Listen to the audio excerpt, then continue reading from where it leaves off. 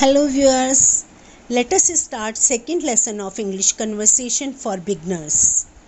मुझे एक दो फ्रेंड्स ने एडवाइस किया कि थोड़ा हिंदी में भी एक्सप्लेन करो ताकि सभी आसानी से समझ सकें, इसलिए आज से मैं ऐसा ही करूँगी। इंग्लिश कन्वर्सेशन लर्निंग के लिए हमें टेंसेस की नॉलेज होना बहुत ज़रूरी है। टेंसेस की नॉलेज के बिना हम सही तरीके से इंग्लिश नहीं बोल सकते। टेंस हम कवर करेंगे, लेकिन उससे भी पहले जानिए कि पार्ट्स ऑफ स्पीच क्या होते हैं। सबसे पहले आपको थोड़ी सी नॉलेज पार्ट्स ऑफ स्पीच की देती हूँ। There are 8 parts of speech in the English language: noun, pronoun, verb, adjective, adverb, prepositions, conjunction and interjection. अब मैं आपको बताती हूँ कि किसी भी सेंटेंस के अंदर कौन सा वर्ड क्या कहलाता है। किसी भी वाक्य में, सेंटेंस में जो करने वाला होता है वह कर्ता होता है, उसे हम नाउन कहते हैं। जैसे Manju Tyagi is teaching you, इस सेंटेंस में Manju Tyagi is a noun. So noun is the name of a person, place और थिंग। अब थोड़ा सा प्रोनाउन को समझें। जो शब्द नाउन के स्थान पर प्रयोग में लाए जाते हैं उन्हें प्रोनाउन कहते हैं। For example, she is trying to explain parts of speech. यहाँ शी प्रोनाउन है क्योंकि उसे मंजू त्यागी के स्थान पर यूज़ किया गया है। So pronoun is a word used in place of noun. For example, he, she, it, I, we, you, they, etcetera. अब जानें कि वर्ब किसे कहते हैं। तो जो भी एक्शन वर्ड होता है किसी सेंटेंस में उसे वर्ब कहते हैं। जैसे मंजू त्यागी इज़ टीचिंग में टीचिंग इज़ द वर्ब, क्योंकि इस वाक्य में जो क्रिया हो रही है, जो काम हो रहा है, वही वर्ब है। So verb expresses the actions. Noun, pronoun और वर्ब को मैंने आपको शॉर्टली समझाया, संक्षेप में। अब लेते हैं एडजेक्टिव।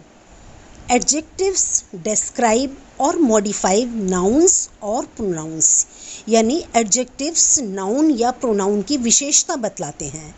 आप एक अच्छे श्रोता हैं। You are a good listener. Good is an adjective here. Clear? अब एडवर्ब को समझिए। एडवर्ब्स मॉडिफाई और डिस्क्राइब ए वर्ब और एडजेक्टिव, यानी एडवर्ब वर्ब और एडजेक्टिव की विशेषता को और हाईलाइट करते हैं। For example, she sings loudly. इस वाक्य में लाउडली एडवर्ब है। लाउडली सिंग को, जो कि वर्ब है, उसे डिस्क्राइब कर रहा है, इसलिए ये एडवर्ब कहलाएगा। अब समझते हैं प्रीपोजिशंस को। नाउन या प्रोनाउंस से पहले जो वर्ड्स या फ्रेजेस स्थान, समय या डायरेक्शन बताने के लिए यूज़ होते हैं उन्हें प्रीपोजिशंस कहते हैं। प्रीपोजिशंस के कुछ एग्जाम्पल्स आपको देती हूँ। Of, in, on, in, at, to, for, since, and, out of, over, under, बहुत सारे प्रीपोजिशंस हैं। धीरे धीरे आप सब जान जाएंगे। हम जैसे जैसे इंग्लिश कन्वर्सेशन लर्निंग में आगे बढ़ेंगे, मैं आपको सभी चीज़ें हाईलाइट करती रहूँगी।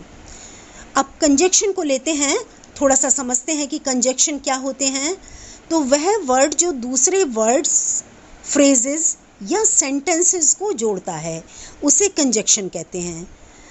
For example, and, but, either और, नाइदर नॉर, एट्सेट्रा।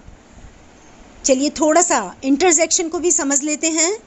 इंटरजेक्शन उस वर्ड या फ्रेज को कहते हैं जो अचानक, आश्चर्यजनक तरीके से किसी फीलिंग को एक्सप्रेस करता है। For example, oh, ouch.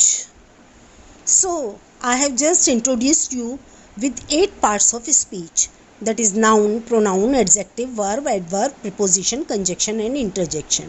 English speaking के लिए फ़िलहाल इतना ही सफिशेंट है, इससे ज़्यादा डिटेल में हम यहाँ इसे डिस्कस नहीं कर सकते।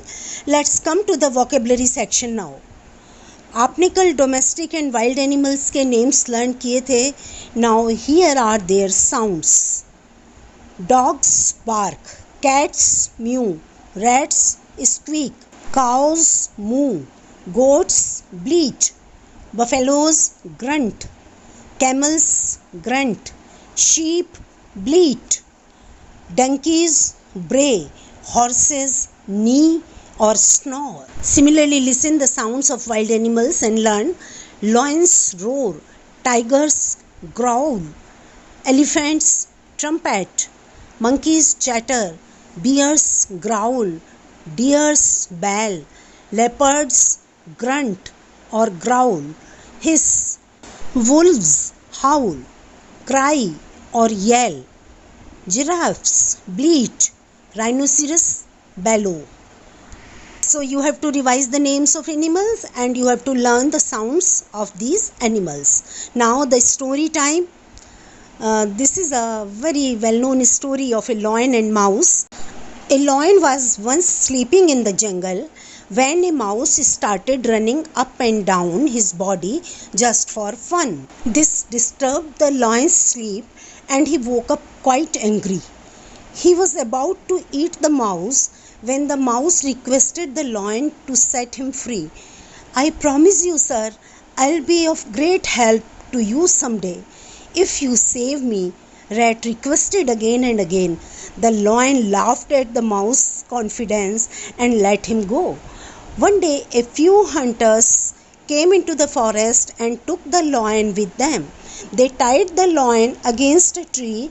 The lion tried his best but couldn't make himself free.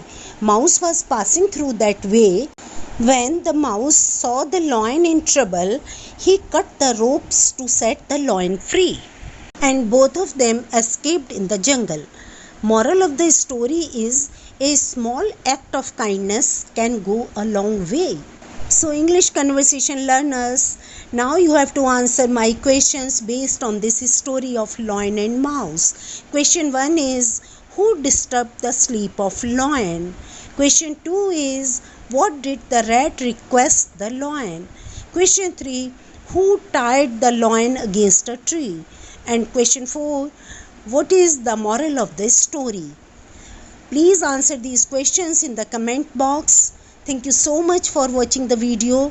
If this video is of some use for you, please subscribe Sound of Soul.